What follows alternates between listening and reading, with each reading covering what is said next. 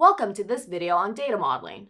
In this video, you'll learn the purpose of proper data modeling, the differences between the traditional relational data model and the document model, and the advantages of the document model.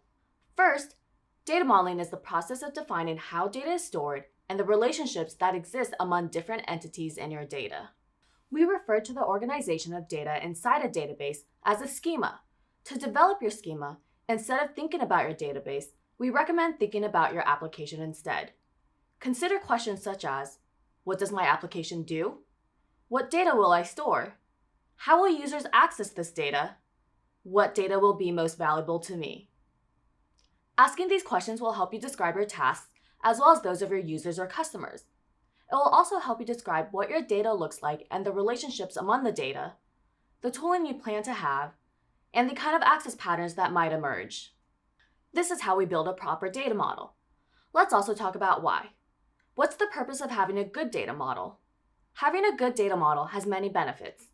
It can make it easier to manage your data, make queries more efficient, use less memory and CPU, and even reduce costs. As a general principle in MongoDB, data that is accessed together should be stored together. MongoDB implements a flexible document data model. This means that collections do not enforce any document structure by default. That means that documents, even those in the same collection, can have different structures. Each document in MongoDB can be different, which is known as polymorphism. This doesn't mean that the MongoDB document model is schemaless. We consider MongoDB to be schema flexible. That is, you're encouraged to define a schema, you can use schema validation, and you can store any kind of data in MongoDB. You can even store documents that have other documents that are nested or embedded. This embedded document model enables us to build complex relationships among our data. If it makes sense for your application, you can normalize your data by using references. The key principle here is how your application will reference or use the data, rather than how it's stored in the database. This is the opposite of how data is modeled in a relational database. In a relational database, we get the data requirements, model the data, and then pass the data along to the developer to wrangle.